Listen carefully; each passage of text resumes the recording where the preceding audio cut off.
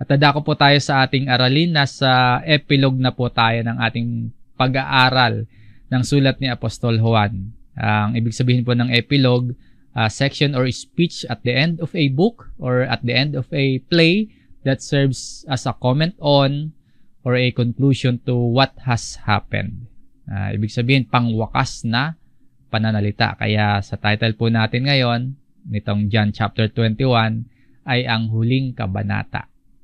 Bago po natin basahin yung mga talata dito sa ating pag-aaral, ang version po ng Biblia na ating gagamitin ay sa Tagalog, ang bagong ang Biblia. At sa English po ay King James Version. Ito po ay lesson number 59 na sa ating sermon series sa Ang Ebanghelyo ayon kay Apostol Juan. Matapos nating makita ang buhay, ang mga ginawa, ang pangangaral, ang pagkamatay at ang muling pagkabuhay ni Jesus, at atin din pong nakita ang pagkakaroon ng pananampalataya ng mga alagad, at pagkakaroon ng pananampalataya ng mga naging tagasunod ni Jesus. Then nakita din po natin sa aklat na ito yung mga babala sa mga hindi sumasampalataya. Ngayon para sa atin po, ano na ngayon? Yung sa ating mga natutunan, ano naman ngayon? No? Matapos nating marinig, matapos nating matanggap ang Ebanghelyo, matapos na magkaroon tayo ng pananampalataya kay Jesus bilang Panginoon natin siya, na siya ay nag-alay ng kanyang buhay sa ikaliligtas natin, ano na po ngayon? No, bilang mga nagtataglay ng pananampalataya, ano ang gagawin mo sa pananampalatayang meron ka? Sa katotohanan naman po at sa kabuuan, nasasagot naman natin yan madalas, no, yung tanong na yan sa mga iniiwanang aral at mensahe sa bawat pag-aaral natin ng sulat na ito. Sa halos pinag-aralan natin ito ng mahigit 1 taon, no, na lingguhan na pag-aaral natin dito sa Gospel according to Apostle John. Ngayon po, bagamat marami pang katuruan, marami pang aplikasyon ang ipapaalala sa atin itong aklat na ito at ng kabanatang ito, sa ating pag-aaral ngayon, ang bibigyan diin natin ay itong chapter 21 ay maipakita pa sa atin kung paano pa dapat ilapat sa ating buhay ang taglay nating pananampalataya kay Jesus. No, na sa ating pagsunod sa Panginoon, umasa tayo na siya ay ating kasama, na siya ay nakasuporta at handang magkaloob, na provider ang Panginoon ng ating mga pangangailangan. At sa ating paglilingkod sa Kanya, makita natin yung layunin sa pagkatawag at kaugnayan natin bilang mga alagad din na nagpapahayag ng salita ng katuruan ng ating Panginoon.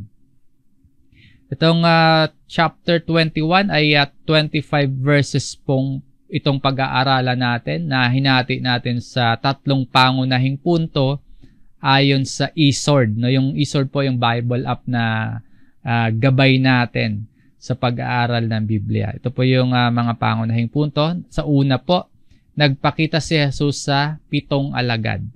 Sa verse 1 ng sulat ni Apostle John sa chapter 21, pagkatapos ng mga bagay na ito, no, after these things, ano po ba yung mga natapos na yan? Yung muling pagkabuhay ni Jesus, ay nagpakita siya ng 2 beses sa kanyang mga alagad. Then nakapaloob din po doon yung pagbibigay ng kapayapaan ng Panginoon sa kanyang mga disciples. Yung pagpapaalala niya na isinusugo niya ang kanyang mga alagad katulad ng pagkasugo sa kanya ng Ama. Yung pagpapakita niya kay Tomas na nagdududa nung pasimula. Di ba? Yan yung mga nangyari, yan yung mga natapos. At itong kasunod na pangyayari ay sinasapantahan nating naganap sa pagitan ng day 8. Kasi, di ba, sa day 1, unang nagpakita ang Panginoon sa mga alagad. Sa day 8, yan yung second time na nagpakita ang Panginoon. At dito, no, sa chapter 21. So, sinasapantahan natin sa pagitan po ng day 8 na yon at day 40 bago umakyat sa langit ang Panginoong Hesus, bago siya muling bumalik sa langit, nangyari itong muling pagpapakita ng Panginoon. Saan siya nagpakita? Nagpakitang muli si Jesus sa mga alagad sa tabi ng dagat ng Tiberias or Tiberias. Remember po, nasa Judea noon ang mga alagad kung saan nagpakita ang Panginoon sa kwarto. Di ba? Kung saan sila nagkakatipon tapos lumitaw sa gitna nila, nasa Judea yon. So dito po, sa chapter 21, lumipat na sila sa Galilea. Yung Sea of Tiberias, tinatawag din po itong lawa ng Genesaret o Sea of Galilee. Ang Galilea po, yung lugar kung saan, di ba, sa muling pagkabuhay ng Panginoong Hesus, sinabi niya na magkakatipon sila dito sa Galilea. Kaya itong mga alagad nasa meeting place na, nasa meeting location na, nasa Galilea na ang mga alagad. At sa kasunod po, at siya'y nagpakita sa ganitong paraan. So, pansinin po natin, yung account ni Apostle John kung paano niya dinidescribe nung makita nila ang Panginoong Hesus. Ito yung pangatlong pagpapakita ng Panginoon. Ngayon, ang ibig sabihin po nito, nagpakita si Jesus sa maluwalhating kalagayan, yung glorified state. Kaya mamaya, mababasa natin na maaaring isa sa mga dahilan, kaya hindi agad nakilala ng mga alagad si Jesus, kasi nga, yung kalagayan ng Panginoong Hesus ay nasa glorified state. So, katunayan po muli ito sa pagkabuhay ng Panginoong Hesukristo na meron siyang physical body, pero nasa maluwalhating kalagayan. So, ganun siya nagpakita sa mga alagad, no? Sa 11 natitirang alagad, sino-sino ngayon itong nakakita dito kay Jesus sa tabi or sa dagat ng Tiberias? Ayon kay Apostol Juan, 7 po sila. Sa verse 2, magkakasama noon sina Simon Pedro, si Tomas na tinatawag na kambal, si Nathaniel na taga Cana ng Galilea, at ang mga anak ni Zebedeo, 2 po yon, at 2 pa sa kanyang mga alagad. So, 7 disciples po ito. At ayon nga po dyan, nasa Galilea na sila, magkakasama itong 7. Sa verse 3, sinabi sa kanila ni Simon Pedro, mangingisda ako. Sinabi nila sa kanya, kami ay sasama rin sa iyo. Sila'y umalis at sumakay sa bangka. So, yung 7 ay pumalaot. No? Makikita natin dito siguro, habang naghihintay sila sa kanilang Panginoon, maaaring naisip nila, balik kaya muna tayo sa dati nating ginagawa. Or baka maaaring naisip nila na, or lalo itong si Apostle Peter, no? Ano ba ang gagawin natin ngayon dito? Anong gagawin natin? After na muling mabuhay ang Panginoon, ano na yung kasunod? No? Maaari kayang nawalan sila ng direksyon dahil nawala yung leader nila? O nga, nabalitaan nila, nakita na nila na muling nabuhay ang Panginoong Hesus, pero hindi na katulad kasi ng dati na araw-araw nilang kasama ang Panginoon. So, naisip kaya nila, balik na lang kaya tayo sa dati nating ginagawa. Balik na lang kaya tayo sa dati nating hanap buhay, ang pangingisda. Sabi po ng ilang mga Bible commentary sa talatang ito, pagpapakita daw po ito ni na Peter at ng ilang mga alagad ng kanilang pagsuko sa full-time na ministry na ilang taon nilang ginagawa. Or marahil iniisip daw po nila na habang hinihintay nila ang Panginoon, ilaan muna nila yung kanilang oras kung saan sa palagay nila ay profitable sila or kikita sila o kaya matutustusan yung kanilang pangangailangan, or kung meron silang pamilya, kung meron silang magulang, meron silang mga pangangailangan. So, maaaring iniisip din nila, habang hinihintay natin ang Panginoon, wala pa naman dito. Ilagay muna natin yung ating oras sa kung saan sila makakapaghanap buhay. Kaya lang, ito naman yung nangyari. Sabi po dito, nang gabing iyon, wala silang nahuli. Mga professional na mangingisda po itong mga to, no? 7 sila. Kung hindi man ganun ka-eksperto yung mga yan, masasabi pa rin natin experience ng mga mangingisda yan, sina Pedro. Pero magdamag silang, buong gabi silang nanlambat, naghagis ng lambat, pero wala silang nahuli. Kaya nung mag-uumaga na, balik na sila sa pangpang, sabi po dito sa kasunod, ngunit nang mag-uumaga na, si Jesus ay tumayo sa tabing dagat. Subalit, hindi nakilala ng mga alagad na iyon ay si Jesus. Maraming factors po na kung bakit hindi nila agad nakilala ang Panginoon. Maring dahil nga po yun sa glorified state, yung katawan ng Panginoon, nasa maluwalhating kalagayan, Or dahil madilim pa, no? Mag-uumaga pa lang pa daw po, sabi diyan. O kaya sa distansya nila kasi nasa bangka yung mga alagad tapos ang Panginoong Hesus nakatayo sa tabing dagat. Pero habang binabasa ko po yung talatang ito, na-imagine ko rin kung ano kaya yung naisip ng mga alagad, yung 6 na sumama kay Peter na mangisda. Siguro, ano ba naman tong naisip mo, Pedro? Walang nangyari. Inumaga na sila, nakabalik na sila sa pangpang, wala silang nahuli. Kasi sabi ni Peter sa kanila kagabi, mangingisda ako. So sumama yung 6. Eto ngayon, magdamag silang ng isda. Pabalik na sila, pauwi na sila, wala silang nahuli. At tapos may nakita silang nakatayo sa tabing dagat na may sinasabi sa kanila may sinasabi itong nakikita nilang lalaki. Sa verse 5, sinabi ni Jesus sa kanila, "Mga anak, mayroon ba kayong nahuling isda?" Sumagot sila sa kanya, "Wala." No? Tinawag ni Jesus na mga anak, parang common expression daw ito sa kanila noon ng mabuting pakikitungo or pakikipagkaibigan. At kung mapapansin po ninyo sa King James Version ng isda, ang nakalagay dyan ay meat. No? Ibig sabihin naman daw po dyan, meron ba kayong anything eaten with bread? No? So yung meat po, hindi literal lang na karne, no? Kundi pagkain na pwedeng partner ng tinapay. So parang ganun daw po yan, ayon sa nakasanayan nila noon. Ngayon, ang sagot ng mga alagad, wala. No? Inamin nila na wala silang nahuli. Pero syempre, dahil ang Panginoong Hesus yan, malamang sa malamang, alam naman talaga ng Panginoong Hesus na wala silang nahuli.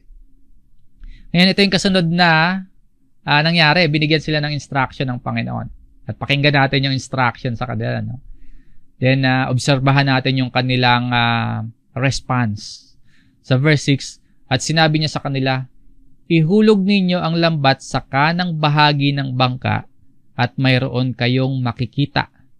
Inihulog nga nila at hindi na nila ito mahila dahil sa dami ng mga isda. At maganda din yung pagkakasalin sa English, no? Cast the net on the right side. Sabi po dito, walang tanong na walang question. Itong mga alagad, sumunod sila Pagod na yung mga yan. Frustrated na yan. Malungkot pa nga yan kasi namatayan sila ng leader, di ba? Tapos frustrated yan, pagod na, puyat pa kasi wala silang nahuli. Pauwi na sila, malapit na sila sa pangpang. Kung sa bandang malalim nga, magdamag silang nanlambat, wala silang nahuli, so dito pa kaya? Pero walang tanong. At kahit hindi pa nila kilala, yung sino ba itong nagbibigay sa kanila ng instructions, sumunod sila.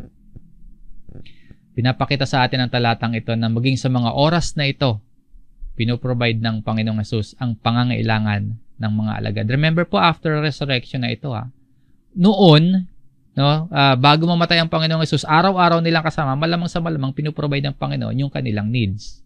Ito, after resurrection, makikita pa rin natin dito, hanggang sa pagkakataong ito, pinoprovide ni Jesus ang pangangailangan nila, pinapatibay ni Jesus ang pagtitiwala nila sa Panginoon, at ipinapakita ni Jesus yung kanyang authority maging sa kalikasan. At sa puntong iyan, sa mga nangyayari na yan, na pagtanto ni Apostol Juan, kung sino ito at ano ba itong nangyayari ngayon. Nakilala niya, alam niya na yung lalaki sa tabing dagat ay ang Panginoong Hesus. Kaya ang kasunod, sabi niya, kaya't ang alagad na minamahal ni Jesus, si Apostle diyan to, no, ay nagsabi kay Pedro, ang Panginoon yun. Kaya't nang marinig ni Simon Pedro na iyon ang Panginoon, ay nagbigkis siya ng kanyang tunika sapagkat siya'y walang damit at tumalon sa dagat. So dito po, makikita natin si Juan yung unang nakaunawa sa nangyayari. Si Pedro naman yung unang humakbang or kumilos. Parang katulad sa, naalala nyo yung pagtakbo nila papuntang libingan. Si Juan yung nauna, pero si Pedro mabilis pumasok. No, huminto saglit si Juan, tinignan niya yung sitwasyon, inunawa niya, sinilip niya muna. Pero si Pedro, agad-agad pumasok ng libingan. Dito parang ganun din po, no? Sabi sa kanya ni Juan, Peter, ang Panginoon yun. Nung nagbihis agad si Pedro, tapos tumalon agad sa dagat. Walang pag-aatubili na gusto niyang makita ng malapitan ang Panginoon. Pero makikita natin dito, minsan talaga padalos-dalos talaga itong si Pedro. Siya yung may idea na mangisda sila. Ngayong marami na silang huli, iniwanan naman niya yung kanyang mga kasama. Kaya tingnan niyo po yung nangyari sa mga alagad. Subalit ang ibang alagad ay lumapit sa bangka na hila ang lambat na puno ng isda, sapagkat sila hindi malayo sa lupa, kundi halos 10 metro ang layo. Napuno ng isda ang lambat nila. Yung mga alagad po, nagsikap, naghanap buhay, magdamag, para sa pagbabaka sakaling meron silang makikita na pantustos sa kanilang pangangailangan. Pero walang nangyari sa ginawa nila. Ngayon, ito, nagpakita sa kanila ang Panginoon, nag-provide ng kanilang pangangailangan. At sa verse 9, nang sila'y makadaong sa lupa, nakakita sila roon ng mga nagbabagang uling at may isdang nakalagay sa ibabaw at tinapay. Dito po sinasabi ng ilang mga Bible commentators na pagpapakita daw po ito ng malapit na relasyon ng Panginoong Hesus sa kanyang mga disciples, sa kanyang mga alagad. Ipinaghanda sila ng isang salo-salo. Ipinaghanda sila ng isang almusal. At sa verse 10, sinabi sa kanila ni Jesus, dalhin nyo rito ang ilang isdang nahuli ninyo ngayon. Or iahon ninyo or dalhin sa tabing dagat yung mga nahuling isda. Sa kasunod, kaya't si Simon Pedro ay sumampa sa bangka at hinila ang lambat sa lupa na puno ng malalaking isda na 153. At kahit gayon, karami ay hindi nasira ang lambat. Tingnan niyo yung pagkaka-account ni Apostle diyan, and mapapansin natin dito, merong dalawang hindi pangkaraniwang pangyayari yung makikita natin dito. Una, nagkaroon sila ng maraming huling isda. Magdamag na nga naman sila ng isda pero wala silang nahuli. Ngayon, marami na. Yung ikalawa na hindi pangkaraniwan dito, hindi nasisira yung lambat. Hindi naman design sa ganyan yung lambat na yan. Pero dahil napuno, tapos ito, nakikita na sasaksihan ni Apostle diyan, hindi nasira yung lambat. Kadalasan po, yung mga mangingisda, practice na mga mangingisda yan, inaayos nila yung kanilang huli sa pampang or sa tabing dagat. At dito po, nabilang ni Apostol Juan kung gaano karami yung huli nila. Sabi po diyan, 153 na malalaking isda. 153. Wala naman niyang ibig sabihin sa pagbanggit ni Juan ng bilang na 153. Sa iba kasi hinahanapan niya ng meaning, ng code or wala po yan, kundi pagpapakita po yan sa atin na may mabuting kredibilidad ang may akda ng sulat na ito na kaya niyang magbigay ng mga ganito kalinaw na detalye sa kanyang totoong nakita, sa kanyang totoong nasaksihan. So, yun lang po yung ituturo niyan sa atin kung bakit niya binanggit pa yung malalaking isda at yung bilang na 153. Credibility ni Apostle dyan na totoong nandun siya at nasaksihan niya at kaya niya magbigay ng detalye ng ganyang kalinaw. At sa kasunod na talata po, sa verse 12, sinabi sa kanila ni Jesus, halik kayo at mag-almusal. Sino man sa mga alagad ay hindi nangahas na siya'y tanungin, sino ka? Yamang alam nila na iyon ay ang Panginoon. So marahil po kaya ganito yung pagkakasulat ni Juan dito. Maaring kahit malapitan na nilang nakikita si Jesus, maaring may pagtataka sila na, ikaw ba yan? Ikaw ba yan, Panginoon? Ikaw ba yan, Lord? Or sino ka? May gano'n, para bang gusto nilang magtanong pero walang nangahas kasi alam nila Panginoon yon. Alam nila si Jesus yon. Pero hindi na katulad nung dati na kasama nila noon ang Panginoong Jesus. Ang pagpapakitang ito sa kanila ni Jesus, mula nang siya'y nabuhay muli dito kasi po, kaya may ganyan, ay nasa maluwalhating kalagayan nga po ang katawan ng Panginoon. So walang nangahas na tanong, sino ka? Alam na nila yun, na yun ang Panginoong Jesus. Pero meron sila nakikitang kakaiba ba? Or hindi katulad or hindi pangkaraniwan nung mga dati nung una pa sila magkakasama. At sa verse 13, lumapit si Jesus, dinampot ang tinapay at ibinigay sa kanila pati ang isda. Nagkaroon sila ng salo-salo na ipinaganda ng Panginoong Jesus. At pansinin niyo po kung paano ipinaghanda at isinerve ng Panginoong Jesus yung kanilang pagkain para sa mga alagad. Pinapakita dito sa atin na maging sa pagkabuhay maguli ng Panginoon, pinaglingkuran niya ang kanyang mga alagad. Ipinapakita sa atin nung nasaksihan ni Apostle John na naghanda ang Panginoong Jesus ng kanilang almusal, ng kanilang makakain, tapos isinerve pa nila sa kanya. Paghahanda po ito sa atin na yung mga susunod na talata na ating babasahin ay pagpapaalala sa mga alagad, particular po kay Apostle Peter, kung ano nga ba yung kanilang mga gampanin. Na bilang unang pinaglingkuran ng Panginoong Jesus, bunga noon na sila yung unang pinaglingkuran, maglilingkod din sila sa Panginoon. At sa verse 14, ito yung huling talata ng ating unang punto. Ito nga ang ikatlong pagpapakita ni Jesus sa mga alagad. Pagkatapos na siya'y bumangon mula sa mga patay. Third time kasi nga, nung day 1, katulad na nabanggit natin, nung pagkabuhay muli ni Jesus, nagpakita siya sa kwarto. At yung ikalawa, yung second time, nung day 8, nakasama na doon si Tomas. At eto na, yung kasunod, yung third time. Ngayon po, ang epekto nito kina Pedro at sa iba pang mga alagad, pagkamangha kay Jesus. Kasi sila na dalubhasa or kaya maalam sa pangingisda, walang nahuli. Kahit nasa area sila ng expertise nila, wala silang nagawa or hindi sila nagtagumpay sa ginawa nila. Ipinapaalala dito ng Panginoong Jesus kung sino siya. Na kapag sinunod nila yung instruction ng Panginoong Jesus, nagiging mabunga sila. At ang tagpong ito, para sa mga mangingisdang ito, yung mga alagad niya, ang pagpapakita sa kanila at paggawa ng himala ni Jesus ay pagpapaalala sa kanila ng dahilan ng unang pagkatawag sa kanila ni Jesus na maging mga alagad o fishers of men. Related daw po ito doon sa account ni Luke, kung yung sa unang pagtawag sa kanila ng Panginoong Jesus. So, pagpapaalala ito sa kanila or pagpapakita sa kanila ng dahilan ng unang pagkatawag sa kanila ng Panginoong Jesus. Dahil matapos bigyan ni Jesus ng tinapay at isda yung mga alagad, matapos niyang iserve, paglingkuran, pakainin yung kanyang mga alagad, kakausapin ng Panginoong Jesus si Apostle Peter tungkol sa pagpapakain naman sa mga tupa ng Panginoon. Yan po yung ikalawang punto ng ating aralin.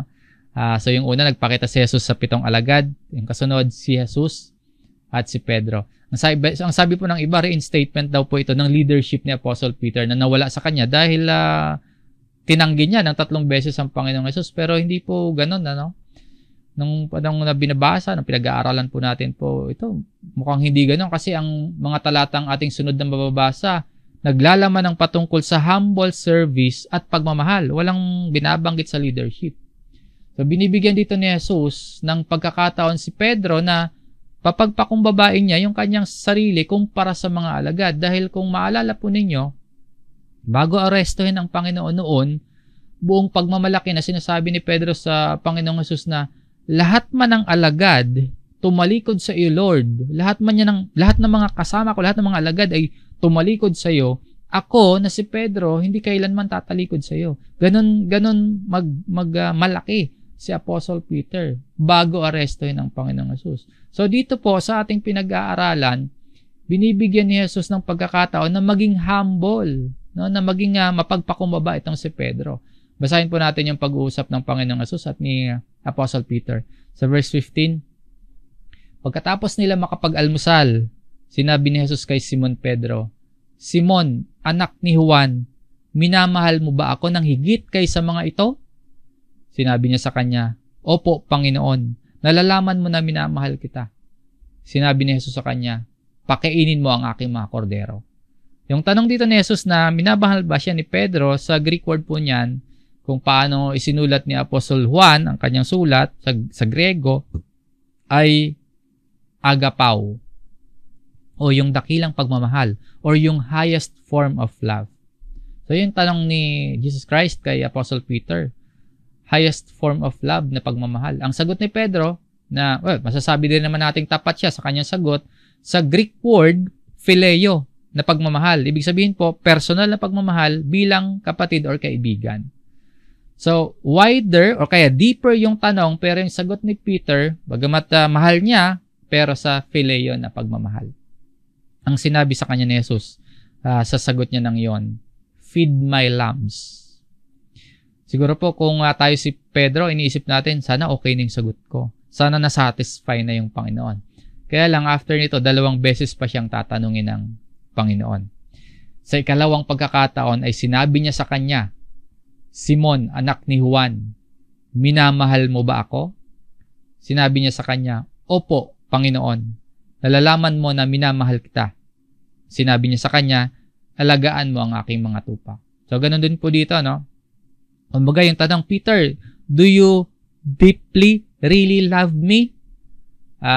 Highest form of love eh.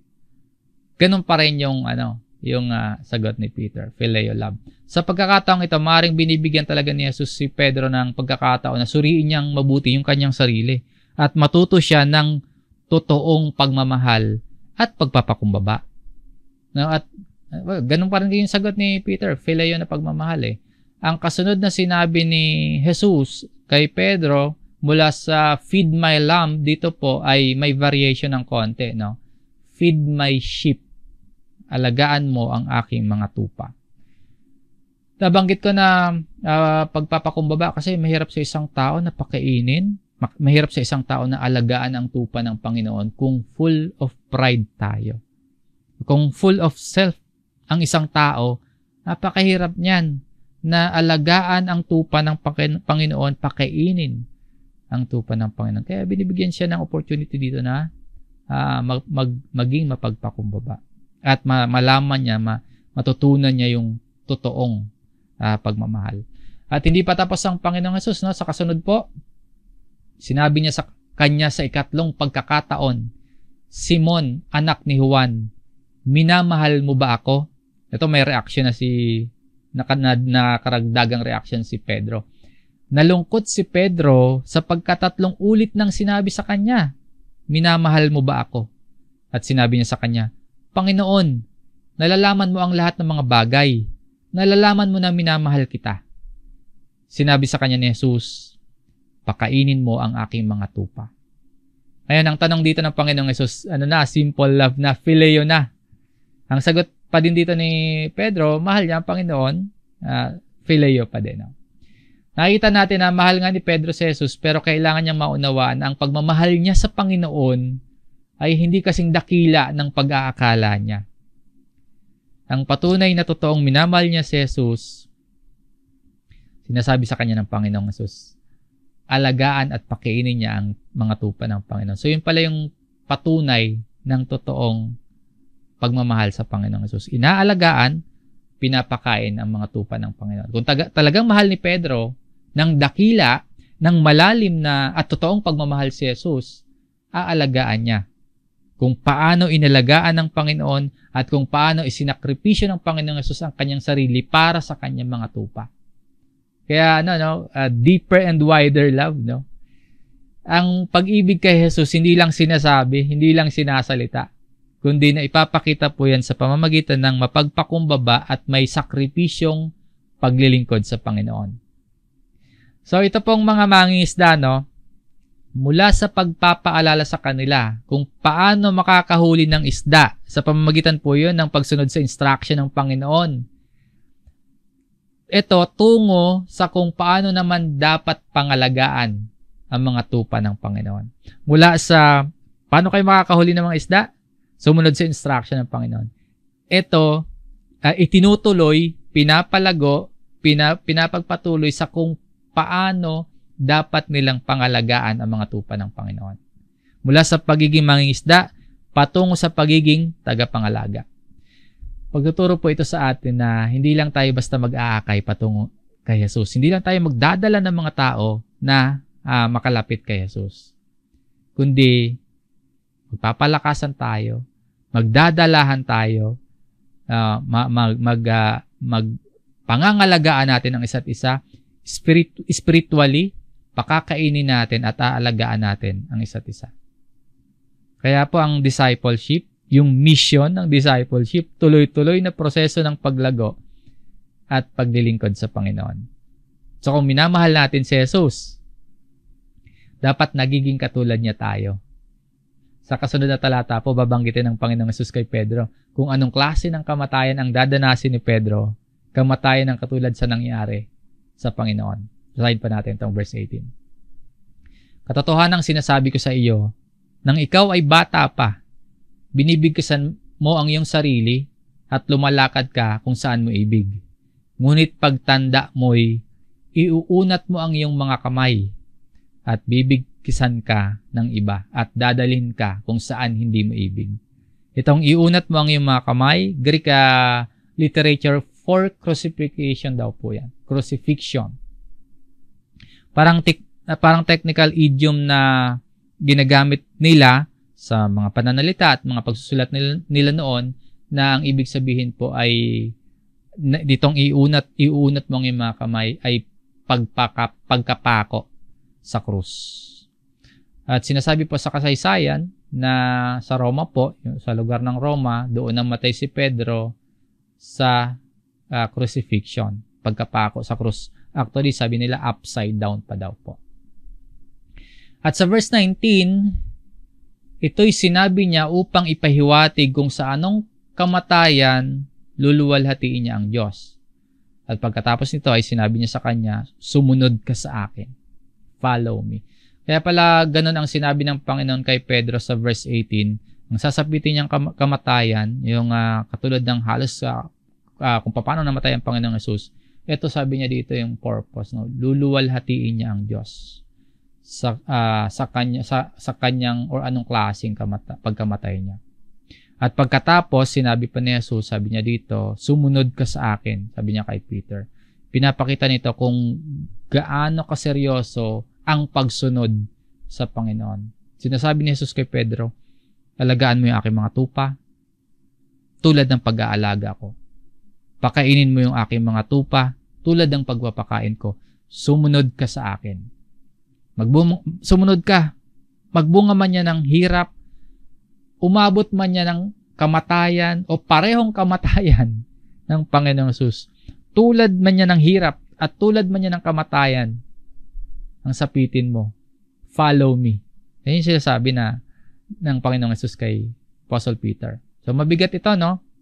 Kasi ipinapaalam dito ng Panginoong Jesus kay Pedro yung obligasyon niya, yung gampanin niya na sumunod sa Panginoon sa landas na itinakda para sa kanya, ang alagaan ang mga tupa ng Panginoon. Sa ikatlong punto po at huling bahagi ng ating pag-aaral dito sa chapter 21, ito po yung ikatlo, si Jesus at ang alagad na minamahal. Sa verse 20, pagtalikod ni Pedro, nakita niya ang alagad na minamahal ni Jesus na sumusunod. Siya rin iyong nakahilig sa malapit kay Jesus sa hapunan at nagsabi, Panginoon, sino ang magkakanulo sa iyo? So, ang tinutukoy po dito, si Apostol Juan, yung writer ng aklat na ito.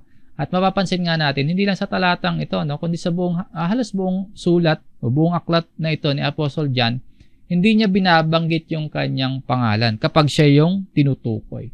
Isang maaaring dahilan daw po, traditional Jewish style of writing daw yan. Hindi binabanggit ng may akda ng sulat yung kanyang pangalan. Pero malinaw po yan si Apostle John po yun. No? Kaya siya yung nakita ni Pedro sa kasunod na talata. Nang makita siya, yung dinidescribe kanina sa verse 20, si Apostle John, nang makita siya ni Pedro ay sinabi niya kay Jesus, Panginoon, paano naman ang taong ito? Nabanggit po kasi ng Panginoon Jesus, kung mamamatay si Pedro by crucifixion daw po, so ang naging concern ni Pedro, paano siya? Ako pala, ganun ako mamamatay. Paano naman itong si Juan? ang sagot ni Christ sa verse 22, sinabi sa kanya ni Jesus, kung ibig kong siya'y manatili hanggang sa ako'y dumating, ay ano nga sa iyo? Sumunod ka sa akin. So, yung point of emphasis ulit, no, inulit-ulit dito, sumunod ka sa akin. Ang dapat pakinggan dito ni Pedro yun, yung sinasabi ng Panginoon na sumunod ka sa akin, follow thou me. Kaya lang, siguro naging concern ni Pedro na, kung sasapitin niya nga naman yung ganong klase ng kamatayan, paano naman yung iba? Tulad nitong nakita niya, si Juan. Ngayon, itong sagot dito ni Jesus, yung naging dating sa iba, hindi na daw makakaranas ng kamatayan si Apostle John sa verse 23. Kaya't kumalat ang sabi-sabi sa mga kapatid na ang alagad na iyon ay hindi mamamatay. Subalit hindi sinabi ni Jesus sa kanya na hindi siya mamamatay, kundi kung ibig kong siya'y manatili hanggang sa ako'y dumating ay ano nga sa iyo.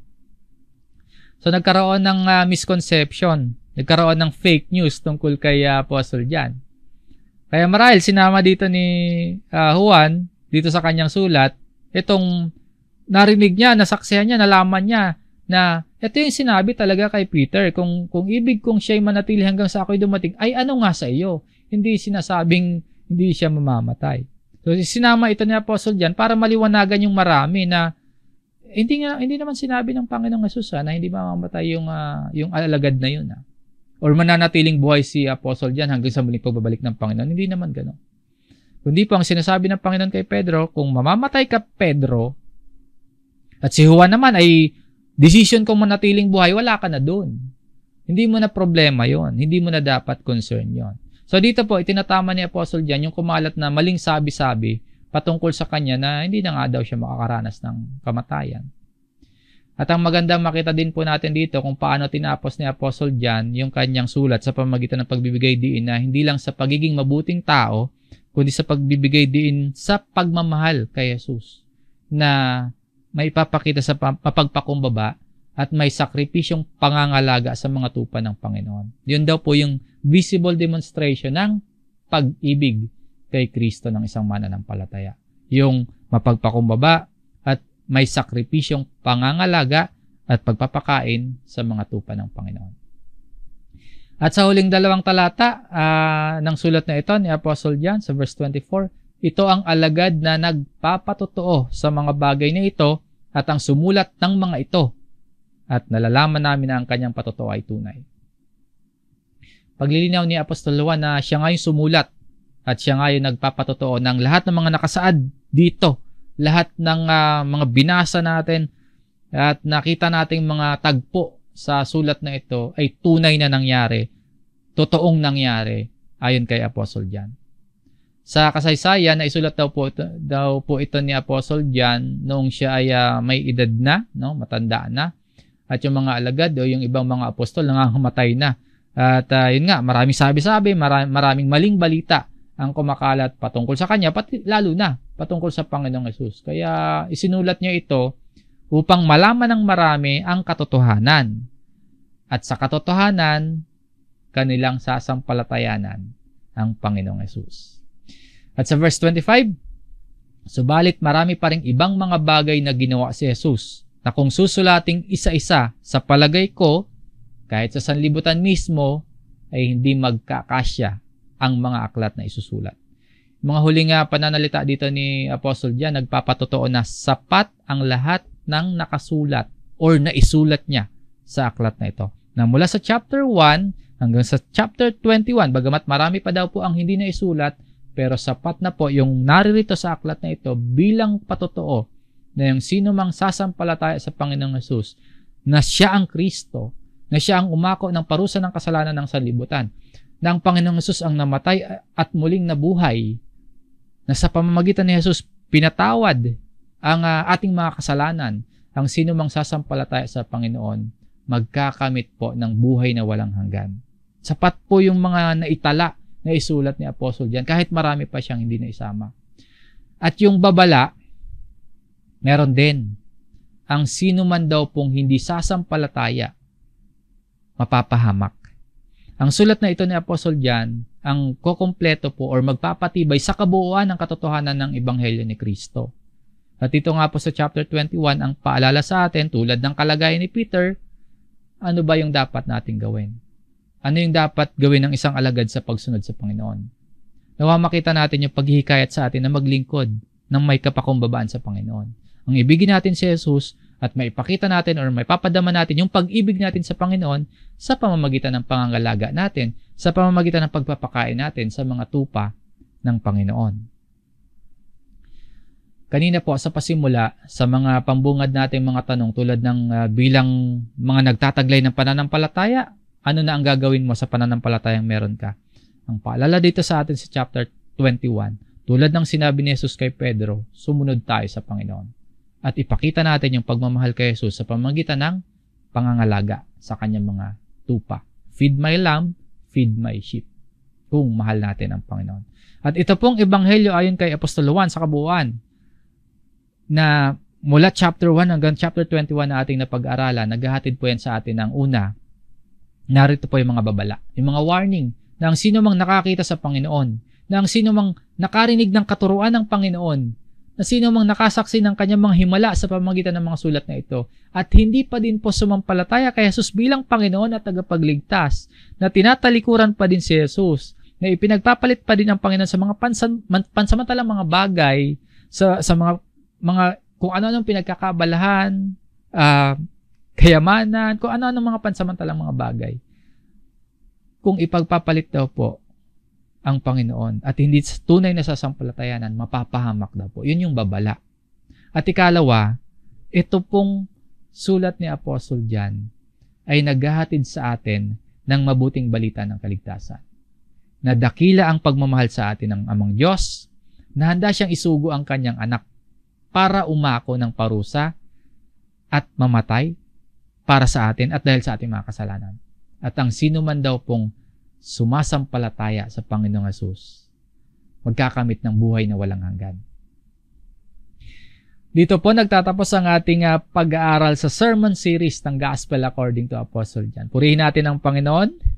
Po ay nanginabang ang bawat isa, na lalo pang nahayag ang dakilang pagmamahal at pagliligtas sa atin ng Diyos, na lalo pang tumibay ang ating pananampalataya sa Panginoong Hesus, at tayo po ay nagtamo ng karunungang nagmumula sa Diyos na ating magagamit sa pang-araw-araw na buhay. So tanggapin po natin at ipamahagi natin sa iba ang mabuting balita, ang ebanghelyo ng kaligtasan. At patuloy rin po ang aming paghihikayat at pagpapaalala sa bawat isa na tuloy-tuloy rin po kayong maglaan pa ng mga pribadong oras sa pagbubulay-bulay ng salita ng Diyos. Maraming salamat mga kapatid. Magtatapos po tayo sa ating sermon series sa Ang Ebanghelyo ayon kay Juan. Maraming salamat sa inyong pakikinig. God bless you po. At tayo po ay muling mananalangin.